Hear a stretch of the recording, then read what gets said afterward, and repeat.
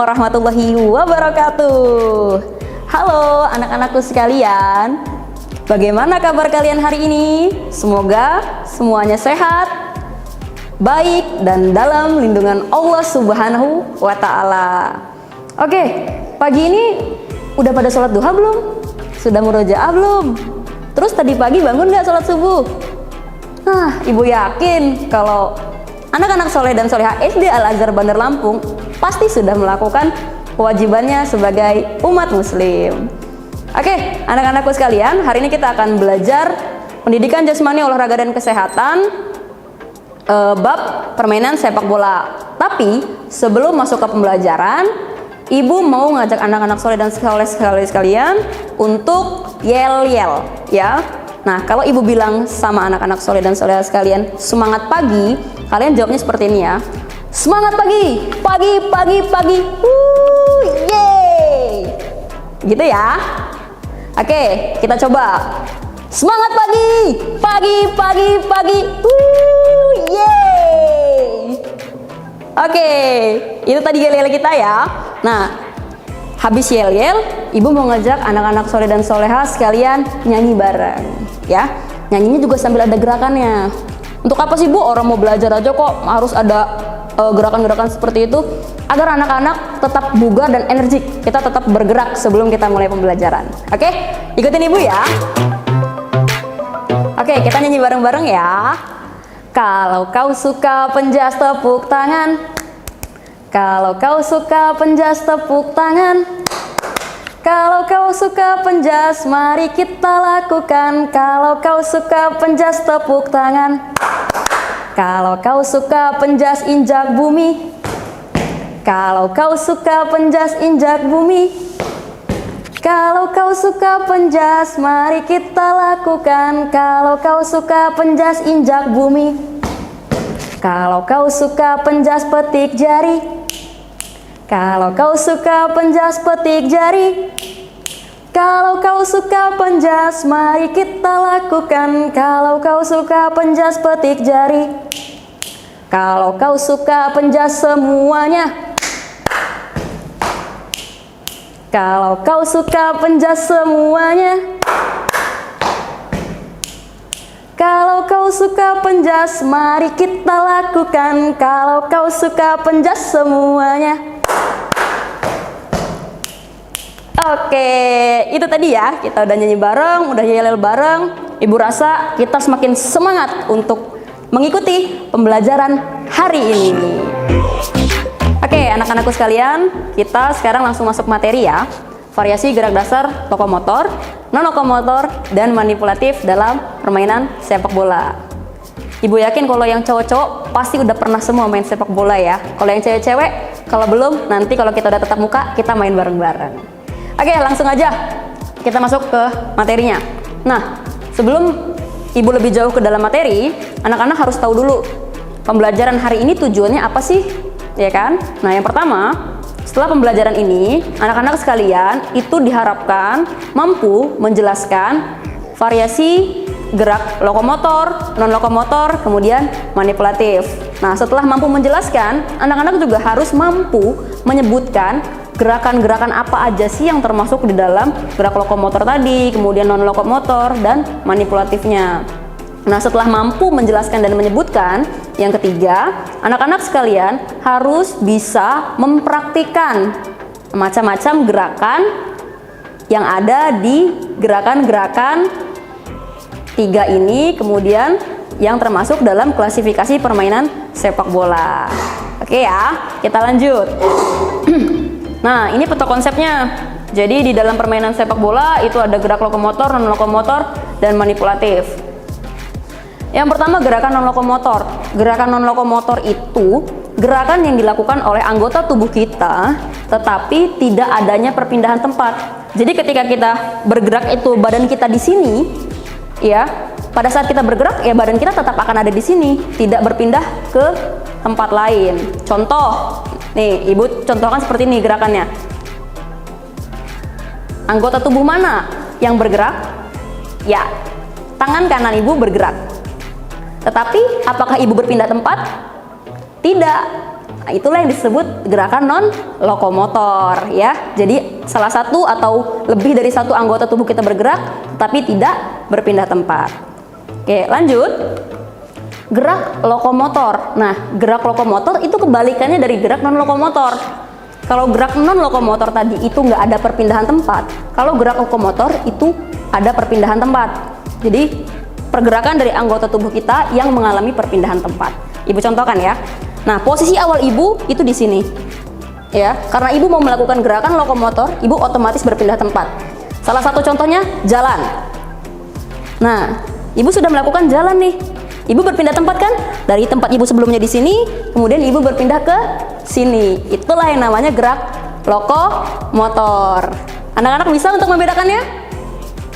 Insya Allah bisa. Ibu yakin anak-anak soleh dan soleha SD Al-Azhar Bandar Lampung itu pasti pinter-pinter semuanya. Oke, kita lanjut. Gerak manipulatif ya. Nah, gerak manipulatif ini gerakan baik yang berpindah tempat ataupun yang diam di tempat, tetapi dia menggunakan media atau alat bantu.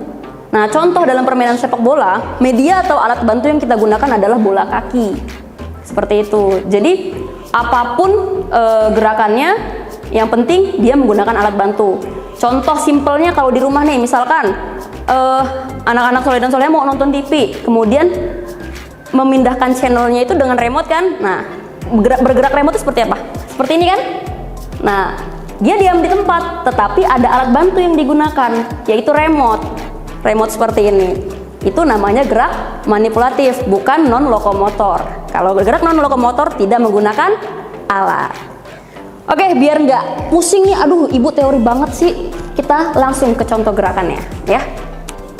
Oke ya, nah di variasi gerak non lokomotor yang pertama menekuk dan mengayun kaki. Ibu contohkan ya, seperti apa gerakannya. Nah, posisikan badan kita tegak ya. Kemudian, nah kaki kiri kita di depan, kaki belakang itu seperti perintahnya, menekuk dan diayun. Kita tekuk kaki belakang kita, kemudian kita ayun. Seret. Nah, seperti itu ya. Kita tekuk, kemudian kita ayun. Nah, untuk apa sih Bu gerakan menekuk dan mengayun kaki itu? Ada yang tahu nggak untuk apa? Yes, betul banget. Menekuk dan mengayun kaki itu fungsinya dalam permainan sepak bola untuk ancang-ancang pada saat kita mau menendang bola. Kan nggak mungkin tuh kita nendang bola kakinya cuman lurus kaku kayak gitu.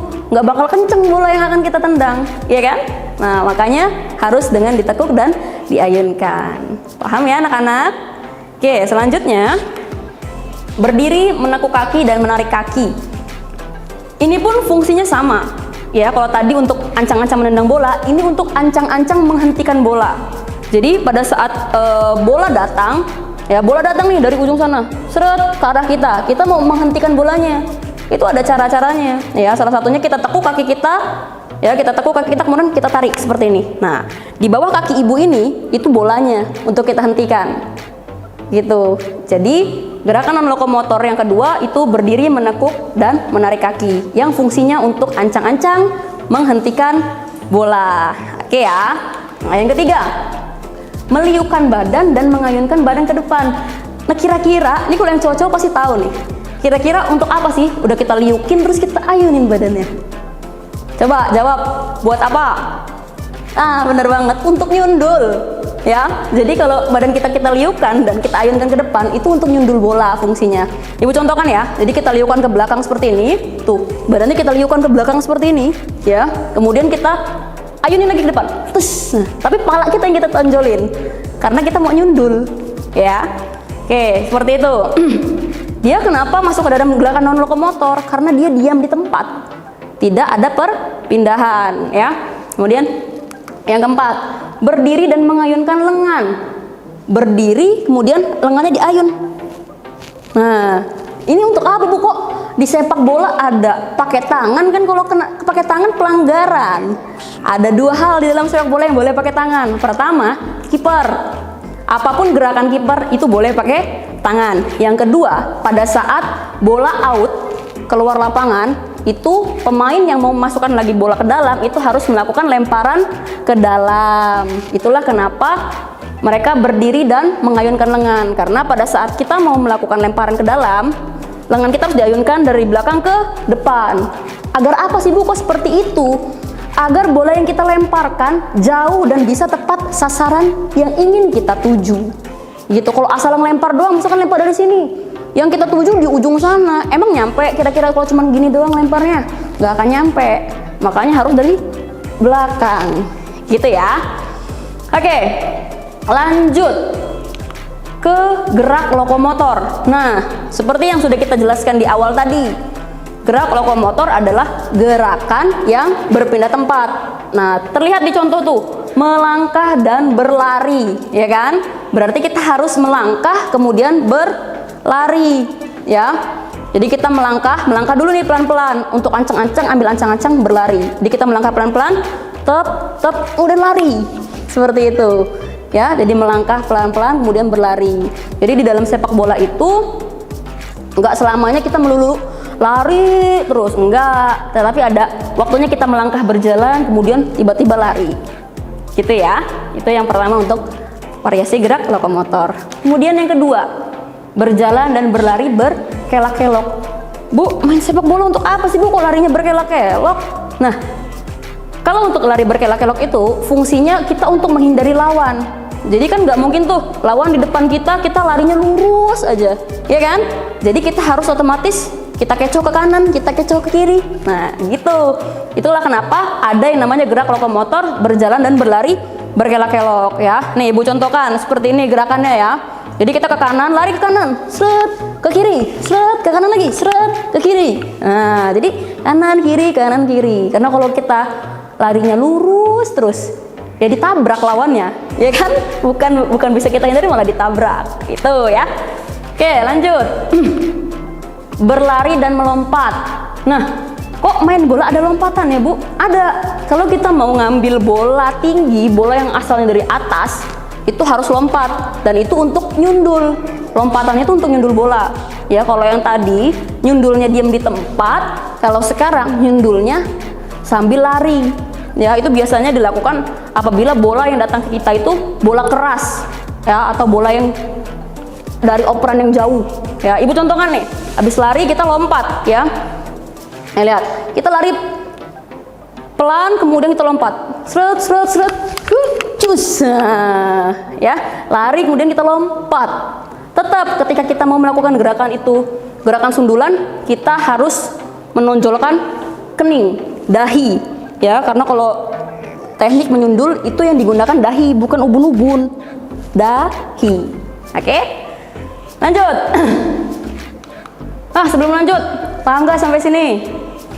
Paham ya? Nanti kalau misalkan ada hal-hal yang memang kurang paham, boleh langsung japri ke Bu Vika, tanya di mana letak kekurang pahamannya. Oke, Ibu tunggu ya pertanyaan kalian. Lanjut, gerak manipulatif. Nah, yang tadi kan sudah Ibu jelaskan ya. Kalau gerak manipulatif itu gerakan yang menggunakan alat bantu. Nah, bisa anak-anak sekalian lihat di slide. Contoh gambarnya, menggelinding dan menendang bola. Ada kata-kata bolanya atau kalimat bolanya. Di sini bola itu berperan sebagai media atau alat bantu. Jadi setiap apapun gerakan yang ada kalimat tambahan media atau alat bantu seperti ini, itu adalah gerakan manipulatif. Ya, contoh sederhananya kita di rumah deh. Ana memotong bawang dengan pisau. Memotong bawang dengan pisau. Nah, ada pisaunya. Pisau itu adalah medianya untuk memotong bawang. Ya, walaupun dia gerakannya itu gerakan yang diam di tempat, tetapi karena dia ada kalimat medianya di ujungnya, itu adalah gerak manipulatif. Ya, sama. Caranya pun sama. Menggelinding dan menendang bola itu sama. Selanjutnya, menghentikan dan menendang bola. Nah, tadi pun sudah Ibu contohkan, ya. Menghentikan dan menendang bola termasuk gerakan manipulatif jika ada bolanya. Ya, tapi kalau yang tadi awal Ibu contohkan hanya menekuk kemudian menarik kaki, itu satu-satu ancang-ancang untuk menghentikan bola. Nah, inilah menghentikan dan menendang bola yang sebenarnya itu terjadi di gerakan manipulatif karena dia menggunakan bola itu tadi. Nah, selanjutnya menggiring dan menendang bola, ya. Menggiring itu mendribble. Jadi dari sini bola itu kita giring seret. Nah, kita tendang sampai ke gawang. Jadi seperti itu, ya. Nah, oke. Jadi dari ketiga gerakan yang harus anak-anak soleh dan soleha pahami, gerak non lokomotor, gerak lokomotor, dan gerak manipulatif, itu sudah Ibu jelaskan ya. Nah, di akhir pembelajaran ini Ibu akan memberikan kesimpulan ya dari materi yang sudah Ibu berikan. Jadi untuk gerakan non lokomotor itu gerakan anggota tubuh kita, baik satu anggota tubuh maupun dua maupun lebih, tetapi tidak mengalami perpindahan tempat ya. Nah, kalau gerak lokomotor, gerak anggota tubuh kita yang mengalami perpindahan tempat. Contoh dari posisi kita di posisi A, kemudian pada akhir gerakan kita ada di posisi B, itu gerakan lokomotor. Nah, yang ketiga, gerak manipulatif. Jadi gerak manipulatif itu nggak mesti diam di tempat, nggak mesti juga melangkah. Apapun gerakannya, jika dia menggunakan media atau alat bantu, itu disebut gerakan manipulatif. Gitu ya anak-anak ya. Ibu yakin insya Allah kalian semua bisa membedakan ketiga jenis gerakan itu ya. Nah, nanti setelah di permainan sepak bola ini, kita akan lanjut lagi ke gerakan manipulatif lokomotor dan lokomotor di permainan bola voli, juga bola basket. Itu untuk di pertemuan-pertemuan selanjutnya. Oke, sampai sini paham nggak kira-kira? Paham ya insya Allah ya. Pokoknya kalau ada yang kurang paham dan ingin ditanyakan, nanti silakan hubungi Bu Vika, WA Bu Vika, kemudian boleh ditanyakan di mana letak kurang jelasnya, kita akan bahas bareng-bareng. Oke, mungkin itu aja yang bisa Ibu sampaikan. Untuk tugas anak-anak soleh dan soleha nanti, itu anak-anak soleh dan soleha boleh akses blog Ibu di vikapenjas09.blogspot.com. Nah, di situ akan tertera tugas yang Ibu berikan yang harus anak-anak soleh kerjakan. Kemudian setelah dikerjakan, itu dikirimkan ke WA pribadi Ibu hasil tugasnya. Nah, itu ya untuk tugas yang harus anak-anak soleh dan soleha berikan. Nah, di pertemuan hari ini Ibu ingin memberikan sebuah motivasi, kemudian untuk kita sama-sama belajar bareng bahwa kita semua adalah makhluk ciptaan Allah yang senantiasa suatu saat kita pasti akan kembali kepada Allah Subhanahu wa taala. Dan selama perjalanan hidup kita, selama kita masih berjuang di dunia ini, kita harus mencari amal sebanyak-banyaknya untuk bekal kita ketemu Allah nanti. Baik kita ketemunya mungkin di neraka atau di surga, kita wallahu alam. Yang jelas tugas kita sebagai umatnya melakukan yang terbaik selama kita di dunia. Salah satu contohnya menaati semua perintah yang diberikan oleh Allah Subhanahu wa taala ya.